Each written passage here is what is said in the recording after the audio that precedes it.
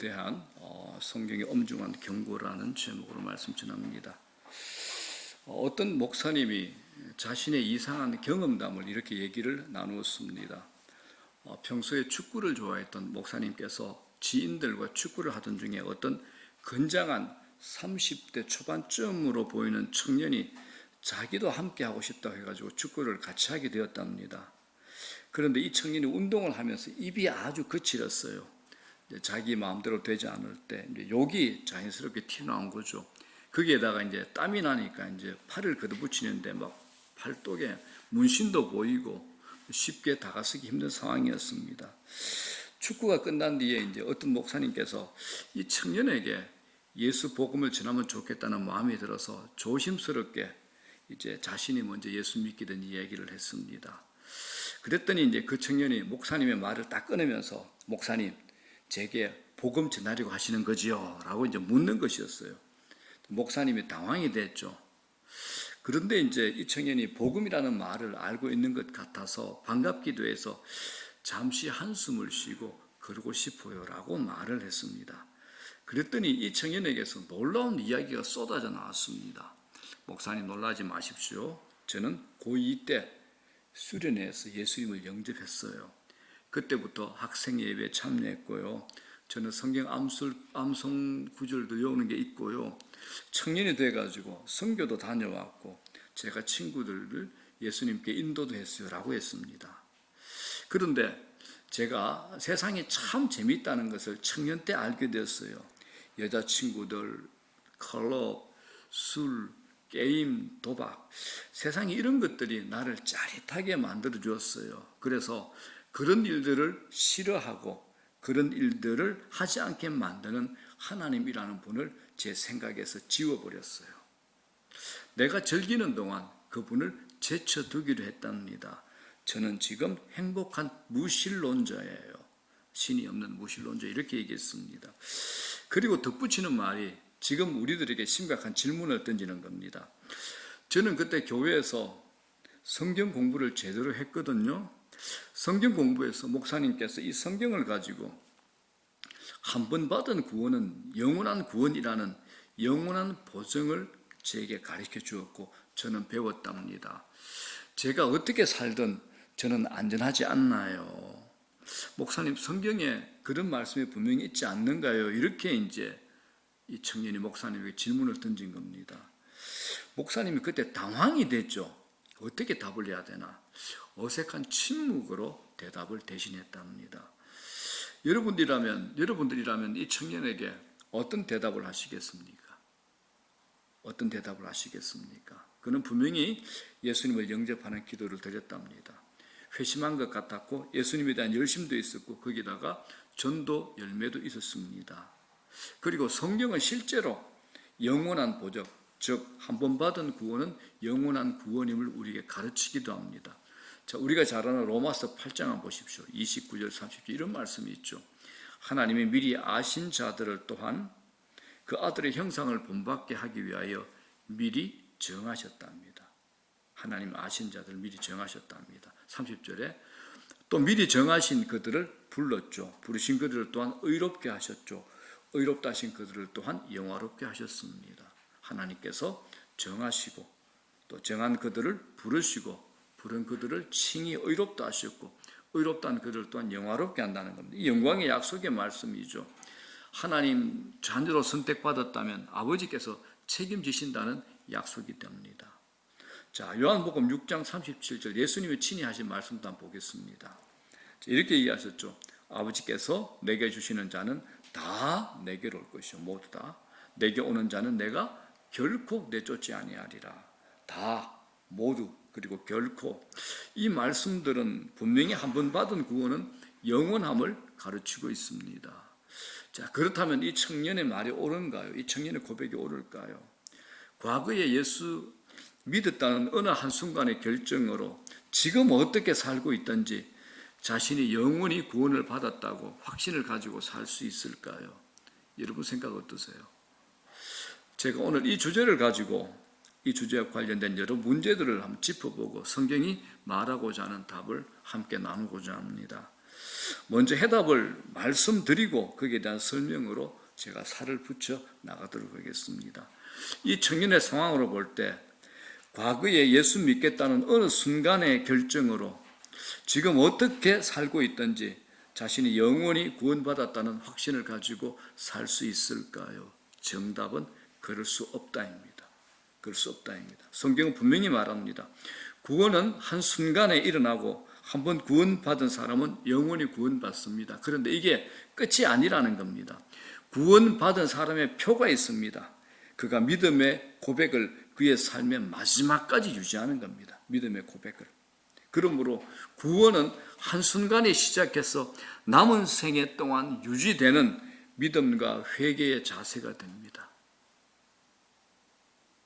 물론 당연히 구원의 결정과 주권은 하나님께 있습니다. 그러기에 구원은 단순하기도 하지만 가장 복잡한 주제가 되기도 합니다. 하나님의 주권과 일하심을 우리 인간이 완전히 이해할 수 없기 때문에 그렇습니다.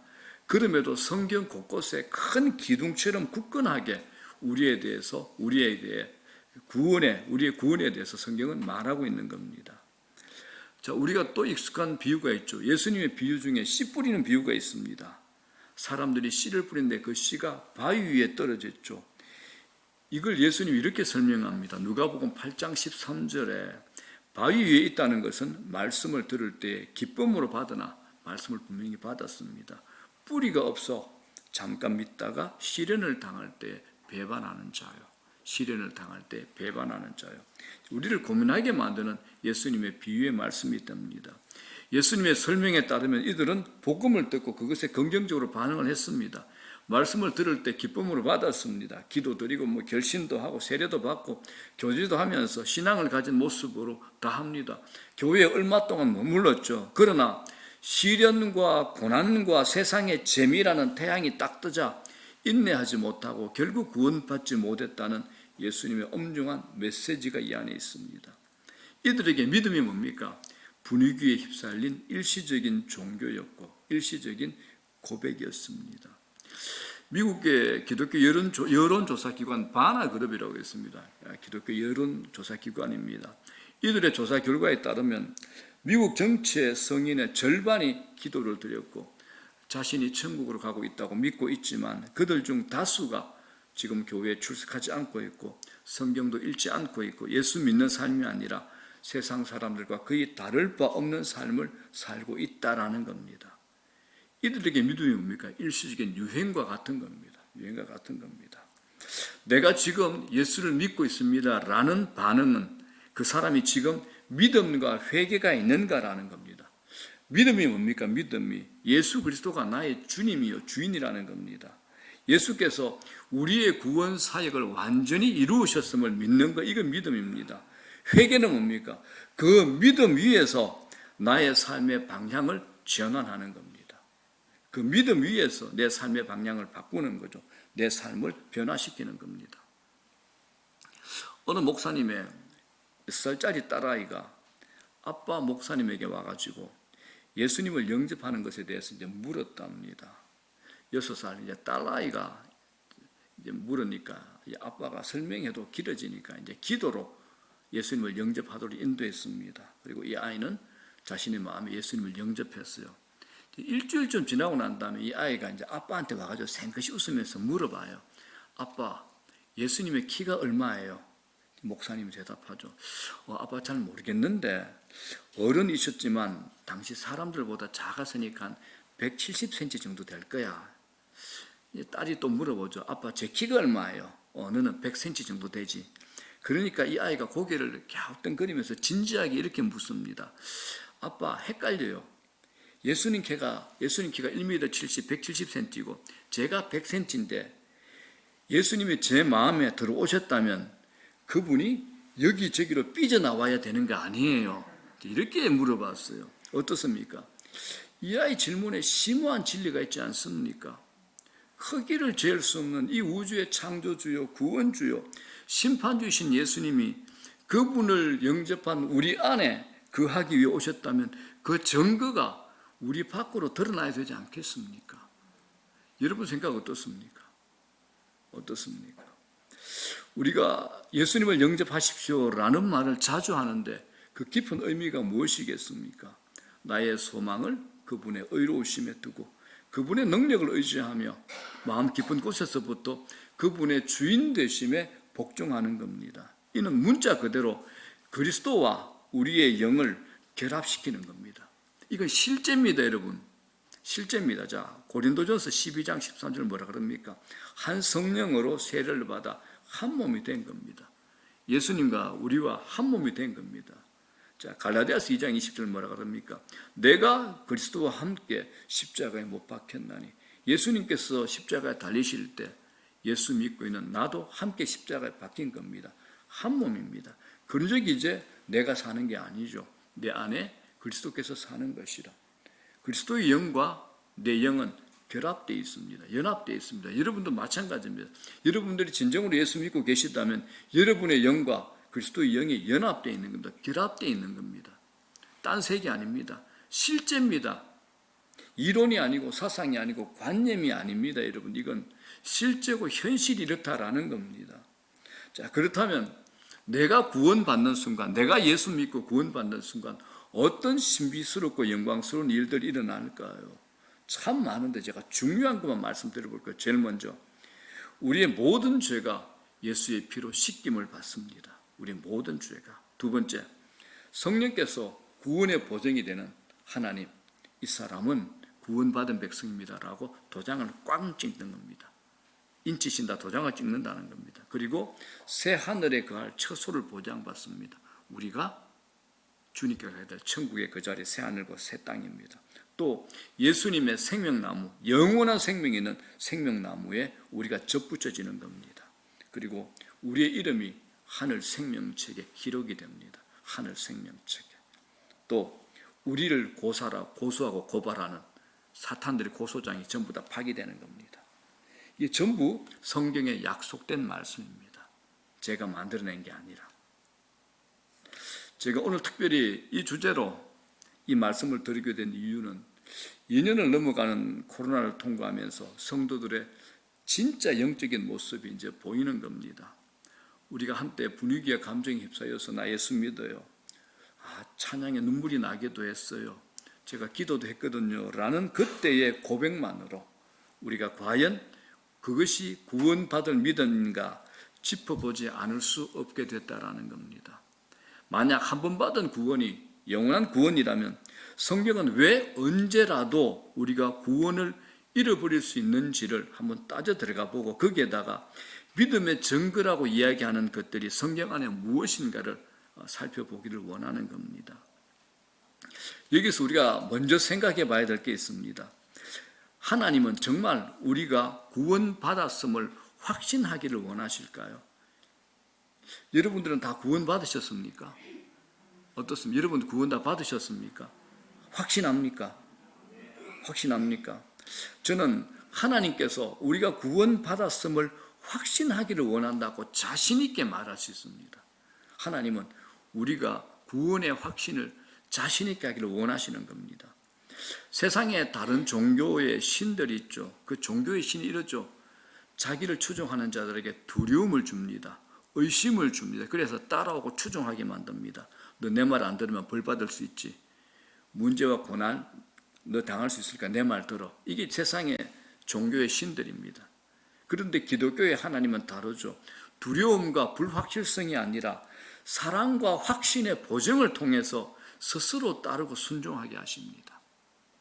하나님은 너 내 아들이야, 내 자식이야, 너 내 것이야, 아비인 내가 너를 책임진다, 내가 네 아버지야, 이렇게 사랑의 보증으로 우리를 따라오게 하는 겁니다. 여러분, 우리가 예수 믿는데 이런 사랑의 확신 없이 어떻게 세상의 온갖 반대와 의심과 시험을 이겨낼 수 있겠습니까? 어떻게 이 적대적인 세상에서 하나님의 사랑을 드러내고 예수의 향기를 발할 수 있겠습니까? 또 우리가 우리의 부활을 확신하지 못하는데 어떻게 이 땅을 살아가면서 십자가를 질 수 있겠습니까? 예수님은 제자들이 그들을 향한 예수님의 사랑을 확신하는 것이 얼마나 중요한가를 알고 계셨습니다. 그래서 예수님께서 십자가에 돌아가시기 전에 세 가지를 말씀하셨습니다. 하나님의 사랑에 관한 세 가지. 첫 번째입니다. 이렇게 얘기하셨습니다. 너는 나의 사랑하는 자녀다. 내 아들이다. 내 딸이다라는 겁니다. 요한복음 14장 18절입니다. 다 같이 시작. 내가 너희를 고아와 같이 버려두지 아니하고 너희에게로 오리라. 자, 여러분, 좋은 아버지는 자기 자녀들이 아버지가 그들을 얼마나 사랑하는지 궁금해하도록 내버려두지 않죠. 자, 여러분, 이런 상상 한번 해봅시다. 아빠가 집을 배우면서 아이들에게 이런 말을 한다고 상상해 봅시다. 야, 아빠가 오긴 하겠지만 어쩌면 안 돌아올지도 몰라. 어쩌면 나는 네 아빠가 아닌지도 몰라. 그러니 아빠가 없는 동안 그동안 아빠한테 잘못했는 거 다 회개하고 고치고 더 말 잘 듣는 아이들이 되도록 해. 알았지? 어떻습니까, 여러분? 이러고 이제 나가는 아빠. 이런 것으로는 아이들 안에 있는 사랑을 끄집어낼 수 없습니다. 두려움을 줘가지고 약간 순종하게끔 할 수는 있겠지만 그것이 반항과 혐오감으로 바뀌는 것은 시간 문제가 될 겁니다. 우리를 향한 하나님의 사랑은 우주에서 가장 높은 사랑입니다. 요한복음 15장 9절 뭐라 그럽니까? 아버지께서 나를 사랑하신 것 같이 나도 너희를 사랑하였으니 나의 안에 거하라. 하나님 아버지께서 나를 사랑하신 것 같이 예수님은 성부 하나님이 자신을 사랑하셨던 것 같이 우리를 사랑하시고 예수님이 하나님께 가지셨던 것 같은 사랑의 확신을 우리도 가지기를 원하는 겁니다. 저도 이것이 얼마나 큰지 다 이해되지는 않습니다. 그러나 삼위 하나님의 완전한 사랑의 방식이 그리스도 안에 있는 내게도 미친다는 것을 믿게 될 때 이것이 제게 큰 사랑의 확신이 됩니다. 첫 번째 뭡니까? 하나님이 너는 내 사랑하는 자녀야라는 겁니다. 두 번째는 너는 나의 신부야, 정혼자야라는 말입니다. 자, 요한복음 14장 1절에 3절을 보겠습니다. 시작. 너희는 마음에 근심하지 말라. 하나님을 믿으니 또 나를 믿으라. 내 아버지 집에 거할 곳이 많도다. 그렇지 않으면 너희에게 일렀으리라. 내가 너희를 위하여 거처를 예비하러 가노니 가서 너희를 위하여 거처를 예비하면 내가 다시 와서 너희를 내게로 영접하여 나 있는 곳에 너희도 있게 하리라. 자, 예수님의 이 말씀은 유대인들의 혼인 제도가 배경이 되어 있습니다. 당시에 남자 청혼자는 자신이 사랑하는 여자의 집에 찾아가서 잔치를 베풀고 연회를 베풀고 이제 청혼을 합니다. 이제 그 여자가 청혼을 받아들일 경우 이 남자는 자신의 집에 돌아와서 그 여자와 함께 살게 될 그 방을 또 새로 만듭니다. 그 거처가 완성이 되면 자기와 함께 살게 될 여자를 데리러 여자 집에 가는 거죠. 중요한 것은 여자의 집에서 청혼 후에 이제 성낙을 받게 되면 자기 집에 방을 지으러 오기 전에 반드시 말을 하죠. 내가 반드시 당신을 데리러 오겠다. 이렇게 반드시 확실하게 약속을 하고 가는 겁니다. 예수님이 이렇게 혼인의 언어로 말씀하시는 것은 우리가 신랑을 기다리는 신부의 확신을 갖도록 하기 위함입니다. 이런 확신 안에서만 우리는 의심과 죄의 유혹을 거절할 수 있기 때문입니다. 예수님은 우리의 확실한 신랑이 되십니다. 우리는 그분의 신부 정혼자입니다. 너 내 신부야라는 겁니다. 자, 세 번째, 너는 나의 친구다라는 겁니다. 자, 요한복음 15장 15절 보십시오. 시작. 이제부터는 너희를 종이라 하지 아니하리니 너희를 친구라 하였노니. 자, 여러분, 하나님께서 우리를 너는 내 자녀야, 너는 나의 정혼자야, 너는 나의 친구야, 우리를 어떻게 대우하시는가, 내가 하나님께 어떤 대접을 받고 있는가, 이걸 아셔야 됩니다. 자, 여러분들은 친한 친구의 우정과 의리를 의심해 본 적이 있습니까?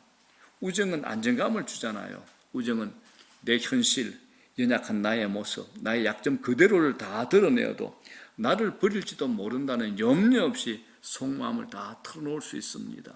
참된 우정은 신뢰 속에서 꽃을 피워나갑니다. 그래서 예수님은 세상의 우정을 예를 들면서 우리를 향한 예수님의 우정도 확신하기를 원하셨던 겁니다. 그래서 요한복음 15장 13절에 이렇게 말씀하시죠. 사람이 친구를 위하여 자기 목숨을 버리면 이보다 더 큰 사랑이 없나니. 우정이죠. 우리를 구원하시는 십자가 사랑을 친구 간의 우정으로 말씀하신 겁니다. 아마 우리의 어떤 실수나 약점을 보고 거절하거나 등 돌리며 배반한 친구들이 우리 주위에 있을 겁니다. 그런데 예수님은 결코 그러지 않으신다는 겁니다.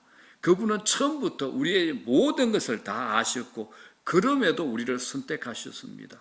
자, 요한복음 15장 16절 이렇게 말씀하시죠. 너희가 나를 택한 것이 아니요 내가 너희를 택하여 세웠다라고 합니다. 자, 사랑하는 여러분, 이 세 가지 의미, 우리는 그분의 사랑하는 자녀입니다. 그분의 정혼자입니다. 그분의 친구입니다. 이건 하나님께서 우리가 확신을 갖고 살기를 원한다는 사실을 분명히 보여주는 겁니다. 여러분들은 하나님의 사랑에 대한 확신이 있습니까? 있으셔야 됩니다. 잊지 마십시오. 우리는 그분의 자녀입니다. 우리는 그분의 신부입니다. 우리는 그분의 친구가 됩니다. 하나님께서 우리를 이렇게 대우한다는 겁니다. 요사이 유행하는 2대 거짓말 아시나요? 요사이 유행하는 2대 거짓말. 첫 번째, 우리 아이 거짓말 안 해요. 우리 아이는 거짓말 안 해요. 두 번째, 우리 집 개는 안 물어요. 이거죠, 그죠? 이 두 가지입니다. 그죠? 이제 웃어 넘길 수 있는 말이지만 인간의 근본적인 죄성을 드러내는 이 세상의 모습이 됩니다. 죄의 덩어리가 분명히 우리 안에 있습니다. 그래서 로마서 3장 23절에 이렇게 얘기하죠. 모든 사람이 죄를 범하였음에. 여러분, 누군들 이 말을 거부하고 부정할 수 있겠습니까? 자, 그럼에도 우리가 사는 이 인생은 내 자신이 결코 무가치하지 않다는 사실을 증명하는데 내 인생 전부를 다 쏟는 겁니다. 자, 이런 우리에게 내가 가치가 없다, 내가 무능하다, 내가 하나님 앞에서 가치 없다, 무능하다, 이걸 인정하기에는 참으로 어려운 일입니다. 그러다 보니 우리는 우리의 죄를 실수했다, 내가 판단착오했다, 무분별한 행동이었다, 이런 단어로 이제 때우고 그렇게 이제 묘사를 합니다. 자신이 완벽하지 않다는 사실을 인정하지만 마음 깊은 곳에서는 여전히 자신이 선하고 저놈보다는 내가 낫잖아라는 괜찮은 사람이라는 주장이 숨겨져 있다라는 겁니다. 왜냐하면 누구도 우리에게 죄를 가르쳐 주지 않았습니다. 그건 자연스럽게 들어와 있는 거죠. 제가 이 예화는 하도 많이 하다 보니까 어제 집사람한테 혼났습니다. 여러분 이제 그거 그만 써먹어 그러더라고. 또 써먹습니다. 애기들이 말을 시작하면 누구로부터 배운 적이 없는데 제일 먼저 스스로 하는 말이 있지. 싫어, 미워, 네 집에 가.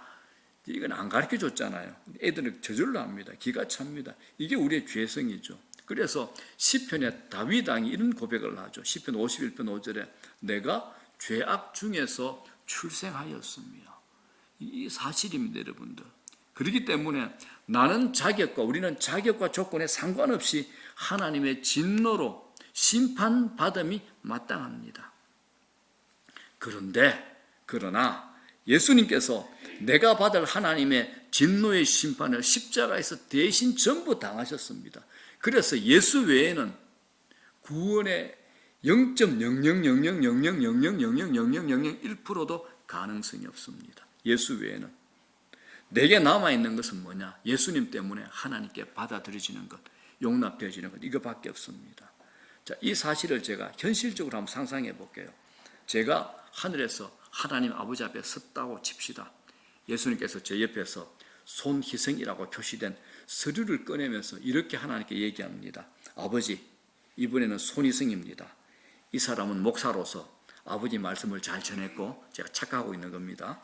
제자 훈련도 열심히 헌신했고 복음을 전하는데 누구보다 충성했습니다. 여러분, 예수님이 하나님 아버지께 이렇게 말씀하실까요? 어떠세요? 그러지 않습니다. 예수님은 이렇게 말씀하십니다. 아버지, 손희성이를 위한 죄의 대가를 전부 제가 다 치렀지 않습니까? 그가 받을 모든 벌을 내가 십자가에서 다 받았습니다. 손희성이의 죄에 대한 책임은 묻지 않으시는 것이 옳으십니다. 손희성이는 아버지로부터 받아들여진 아버지의 자녀이고 천국 백성입니다. 이렇게 말씀하실 겁니다. 이것처럼 우리의 소망은 십자가에서 다 이루신 예수님의 사역입니다. 그러므로 우리에게 복음은 세 단어로 요약할 수 있습니다. 나를 대신하신 예수입니다. 그래서 우리가 예수 믿는 겁니다. 나를 대신하신 예수입니다. 이 말은 그리스도 안에 있는 것보다 내가 하나님의 눈에 더 의로울 방법은 어떤 것도 없다라는 겁니다. 오직 그리스도 안에입니다. 자, 이 구원에 대한 믿음이라는 말을 할 때 요한복음에서는 거의 현재형으로 말하고 있습니다. 믿음은 과거 어느 한순간에만 행하는 것이 아니라 지속적으로 행하고 있는 까닭입니다. 그래서 요한복음을 보게 되면 믿음은 항상 현재형입니다. 살아가면서 우리에게 의심이 생길 수 있습니다. 낙심하고 냉담해질 수도 있습니다. 그러나 믿음은 의심 가운데서도 예수님을 지속적으로 따르는 겁니다. 의심 가운데서도. 자, 도시를 한 번도 경험해 보지 못한 시골 깡촌의 어떤 엄마에게 자신의 갓난 아이가 아파서 아이에게 필요한 의약품을 구하기 위해서 갑자기 아이를 데리고 멀리 있는 비행기를 타야 된다고 한번 생각해 봅시다. 시골 깡촌에서 문명과 비행기를 한 번도 경험해 보지 못한 이 엄마 마음 안에는 생각과 감정이 어떨까요? 야, 내가 탈 수 있을까? 두렵다. 저 도시 가면 내가 버스나 제대로 성차하고 비행기 절차나 제대로 밟을 수 있을까? 내가 가고자 하는 곳에 갈 수 있을까? 비행기가 얼마나 무서울까? 내가 자동차도 잘 못 타봤는데 하늘을 나는 비행기 탈 수 있을까? 뭐 얼마나 많은 상상과 두려움이 있겠습니까? 그런데 엄마는 마음의 발부둥을 치면서도 비행기 안으로 자신을 끌고 갑니다. 마음 안에 모든 자아가 저항하지만 엄마는 자신의 아기를 살리고 싶은 갈망이 두려움을 극복하고 비행기에 오르게 하는 겁니다. 이것처럼 우리에게도 삶의 두려움, 혼란, 막막함, 답답한 탄식의 순간이 사방에서 에워쌀 때도 있을 겁니다. 그러나 우리는 이것들보다도 예수님이 더 중요하다는 사실을 알기 때문에 예수님께 나아가며 그분을 붙잡습니다. 이걸 믿음이라 그럽니다. 이게 믿음입니다. 요한복음 6장에도 이와 비슷한 사건이 등장합니다. 예수님께서 그 당시 유독 어려운 말씀을 가르쳤더니 많은 사람들이 예수님을 떠나버린 겁니다. 그러니까 예수님이 12제자에게 이렇게 묻습니다. 너희도 가려느냐? 이렇게 물었습니다. 그때 베드로의 대답이 기가 막힙니다. 영생의 말씀이 주께 있습니다. 우리가 누구에게 가겠습니까? 영생의 말씀이 주께 있습니다. 우리가 누구에게 가겠습니까? 이 말은 저는 저의 의심이 깊어져도 주님을 따를 겁니다. 당신을 믿는 것이라면 어떤 위험도 감수할 겁니다. 라는 베드로의 고백이 됩니다. 우리도 마찬가지로 죄와 싸워가면서 죄와 투쟁하면서 예수 그리스도 주님을 따라야 한다는 겁니다. 자, 이제 저는 구원받을 수 있는 믿음이라는 이 주제를 한번 정리해 보려고 합니다. 성경 말씀은 여러 곳에 한번 받은 구원은 영원하다고 말씀하고 있습니다. 그러나 그건 틀렸다라는 말이 아니라 그 말에 보충할 것이 있다. 주님께서 우리에게 더 하고 싶은 말씀이 있다라고 성경은 우리에게 강조하고 있는 겁니다. 사도행전을 보더라도 바울은 자신이 심한 고생을 하면서 자신을 따르는 제자들에게, 예수 믿는 제자들에게 이렇게 엄중하게 경고합니다. 여러 곳에 사도행전 14장 22절에 뭐라 그럽니까? 이 믿음에 머물러 있으라라고 권합니다. 이 믿음에 머물러 있으라. 지금입니다. 예수님도 이렇게 경고하셨죠. 마태복음 10장 33절에 누구든지 사람 앞에서 나를 부인하면 나도 하늘에 계신 내 아버지 앞에서 그를 부인하리라. 나도 그를 부인해버리겠다. 무시무시한 경고 아닙니까? 무시무시한 경고 아닙니까? 그분의 약속도 봅시다. 마태복음 10장 22절. 또 너희가 내 이름으로 말미암아 모든 사람에게 미움을 받을 것이나 끝까지 견디는 자는 구원을 얻으리라. 끝까지 견디는 자입니다. 끝까지. 자, 이 말씀들은 예수님을 믿는 우리들이 구원을 이룰 수 있다라고 가르치지는 않습니다. 하지만 구원받은 올바른 믿음은 언제나 믿음으로 끝까지 견딘다는 겁니다. 참된 신자라면 결코 구원을 이룰 수 없고 또한 예수님을 따르는 것을 멈추지 않는다라는 겁니다. 자, 이쯤 되면 여러분들 중에 신앙생활을 오래 하셨고 성경을 좀 아는 분들이라면 의구심이 생길 수 있습니다. 성경에서 크게 실수한 사람이 있죠. 냉담했던 사람. 마가 요한, 또 아브라함. 이런 실수를 하죠. 바울의 선교 동반자 마가는 상황이 어려지자 바울을 버리고 도망을 가버리잖아요. 그런데 그 마가는 나중에 회복되어서 하나님 나라에 큰 유익을 끼칩니다. 믿음의 조상이란 아브라함, 오직 자신의 믿음을 부지하기 위해서 다른 남자에게 자기 아내를 소개할 뿐만 아니라 그녀와 동침해도 좋다고 이야기할 만큼 하나님에 대한 의심이 생겼던 사람이 바로 아브라함입니다. 이건 단순히 도덕적 실수 이상입니다. 개차반과 같은 행동이죠. 그러나 그 역시 구원받은 사람이었고 결국 되돌아와서 회개하고 회복되었습니다. 하나님 나라에 큰 유익을 끼친 겁니다. 이것처럼 구원은 참 어려운 질문입니다. 우리가 확정할 수 없는 일입니다. 하나님의 주권이고 일하심이기 때문에 그렇습니다. 그런데 초대교회 시절 교회에 나와 믿음의 공동체에 빠졌다가 믿음의 공동체에 속하였다가 빠져나간 사람이 있습니다. 성경이 어떻게 말하는가 보십시오. 요한일서 2장 19절에 이렇게 얘기합니다. 그들이 우리에게서 나갔으나 우리에게 속하지 아니하였나니. 그들이 믿음을 지속하지 않는 이유가 있죠. 애초에 구원받지 못했기 때문에 그렇다라는 겁니다. 그래서 오순절 계통의 최고 신학자 웨인 그루뎀은 이런 말을 합니다.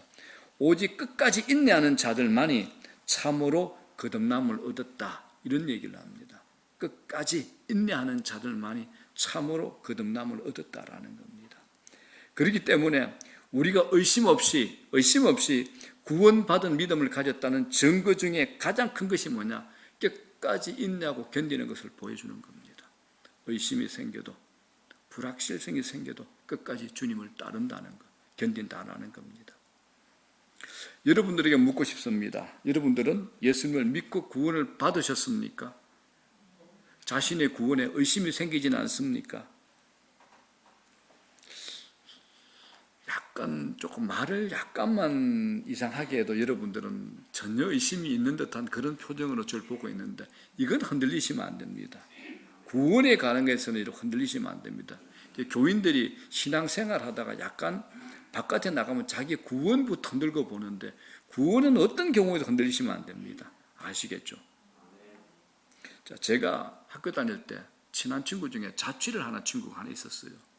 여러분 알잖아요. 젊은 혈기의 학생이 혼자 사는 자취방, 지금처럼 뭐 원룸 이런 방이 아니잖아요. 옛날에 자취방, 그죠? 뻔하지 않습니까? 남자 냄새 뭐 엉망이잖아요. 그런데 가끔 그의 어머니가 다녀가셨습니다. 그런데 어머니만 다 다녀가면 어떻게 됩니까? 깨끗이 청소하고 남자 냄새를 다 날려버리는 향긋한 세제로 빨래하고 뭐 이것저것 손을 대잖아요. 그런데 친구의 어머니가 다녀간 뒤에 친구의 방에 들어갈 때마다 방의 냄새가 다르죠. 향기가 다릅니다. 그 향기는 친구 어머니의 존재에 틀림없는 상징이 되죠. 만약 내가 어느 날 그 집에 놀러 갔는데 진한 남자의 냄새, 그 악취가 나는데 그 친구가 우리 엄마 좀 전에 다녀갔어 라고 말한다면 저는 그게 확실한 거짓말임을 제가 확인할 수 있습니다. 근데 거짓말이야. 네 어머니가 여기 계셨다면 냄새가 달라졌을 거야 라고 말할 겁니다. 여러분 이것처럼 우리가 은혜를 경험했다는 증거는 우리가 은혜로워지는 겁니다. 내가 은혜를 경험했다는 증거는 우리가 은혜로워지는 겁니다. 용서, 관대함, 인내, 아픈 사람을 긍휼히 여기는 것, 이거 예수 믿는 것의 열매가 됩니다. 이건 우리 안에 계신 성령께서 이걸 하도록 하시는 창조적인 성령의 사역이 됩니다. 예수 믿는 자, 성령 때문에 예수 믿게 되는 거잖아요. 자, 만약 그럼에도 지속적인 의심이 될 때 여러분 제일 조심해야 될 것, 자신의 감정에 속지 마십시오. 내 믿음이 감정을 통제하고 믿음이 나를 다스리게 만들어야 됩니다.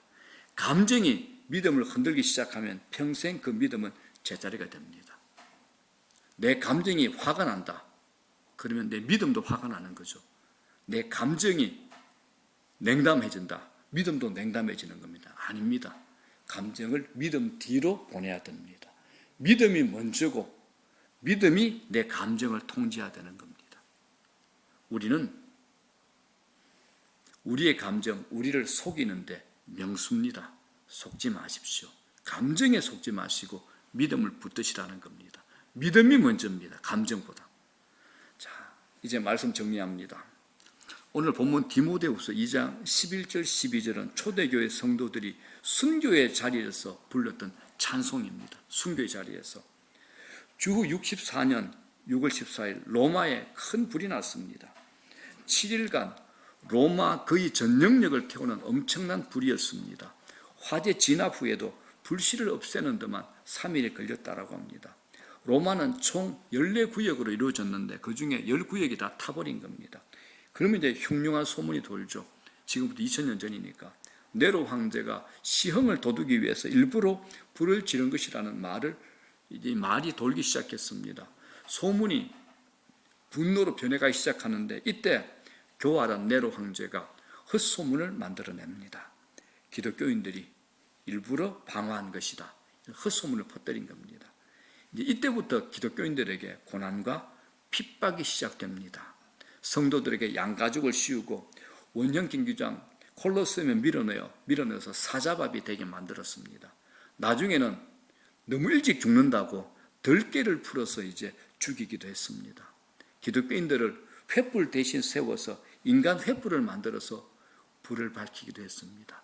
사람을 태워서 불을 밝히는 그 조명으로 사용했다라는 겁니다. 그때 콜로세움에 있던 성도들은 오늘 본문 말씀으로 찬양을 불렀습니다. 밑보다 이 말이요. 우리가 주와 함께 죽었으면 또 함께 살 것이요. 참으로 또한 함께 왕노릇 할 것이요. 우리가 주를 부인하면 주도 우리를 부인할 것이라. 우리가 주를 부인하면 주도 우리를 부인할 것이라. 이런 찬송을 불렀습니다. 죽음을 당하면서 이런 순교와 어려움이 밀어닥칠 때 고난 중에 믿음의 성도들에게 바울은 외칩니다. 고난 중에 예수 그리스도를 마음에 머물게 하십시오. 지속적으로 예수 그리스도를 떠올리십시오. 신경 쓸 일이 많고 생각을 사로잡는 일들이 많을 때 예수를 놓치지 마십시오라고 바울은 성도들에게 외치는 겁니다. 우리가 다 아는 사실이 있습니다. 사람이 몰려서 비행기를 탈 때 예약이 된 사람하고 예약이 안 된 사람은 하늘과 땅 차이죠. 그 차이가 뭡니까? 약속의 차이입니다. 예약의 차이죠. 약속이 있으면 됩니다. 그렇습니다, 여러분. 하나님은 우리에게 승리의 약속을 해주셨습니다. 우리는 반드시 승리합니다. 그러므로 사랑하는 여러분, 우리 끝까지 믿음을 지키시는 저와 여러분 되시기를 주의 이름으로 축복합니다.